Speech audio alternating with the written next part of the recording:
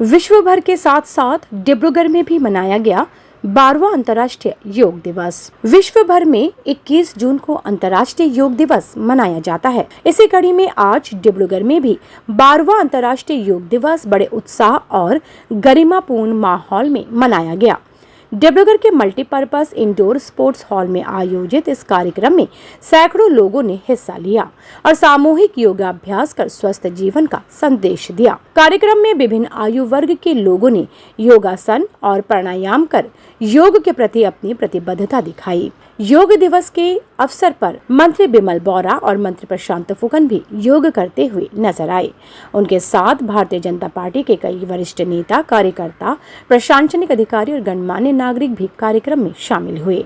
सभी ने योग के महत्व पर बल देते हुए लोगों से नियमित रूप से योग अपनाने की अपील की। इस वर्ष अंतर्राष्ट्रीय योग दिवस की थीम स्वस्थ वृद्धावस्था के लिए योग रखी गई, जिसका उद्देश्य लोगों को शारीरिक और मानसिक रूप से स्वस्थ रखने के साथ साथ जीवन के हर पड़ाव में बेहतर स्वास्थ्य के प्रति जागरूक करना है।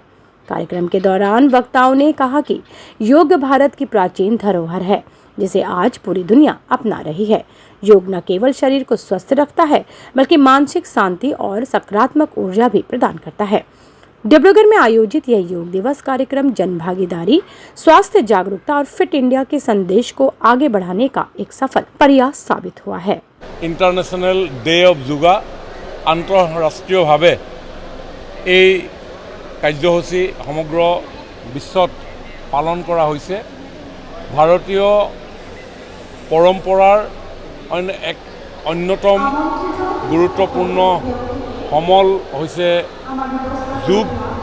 যোগ সাধনাৰ জৰিয়তে মানুহে শৰীৰ, মন আৰু আত্মাক একত্ৰিত কৰি সমাধিৰ পৰ্যায়লৈকে নিজকে উত্তৰণ ঘটোৱাৰ পথৰ সন্ধান এই যোগ সাধনাই দি থৈ গৈছে।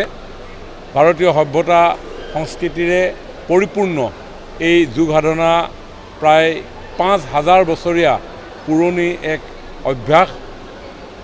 আজিৰ আধুনিক সমাজ ব্যৱস্থাত মানুহে নিজৰ জীৱনটো খুব সুৰুচিপূৰ্ণভাৱে যাপন কৰিবলৈ হ'লে যোগ সাধনাই যথেষ্ট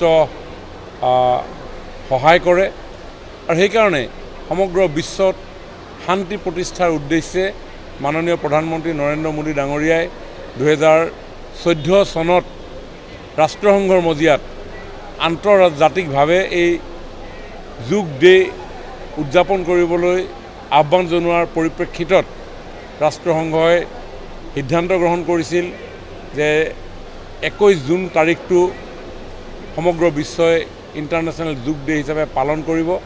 কাৰণ 21 জুন দিনটো বছৰৰ আটাইতকৈ দীঘলীয়া দিনৰ ভাগৰ এটা সময়।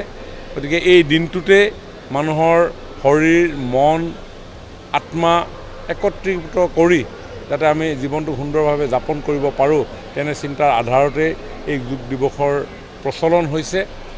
মই আজি এই যোগ দিৱস ডিব্ৰুগড়ত আমি সকলোৱে অংশগ্ৰহণ কৰিছোঁ।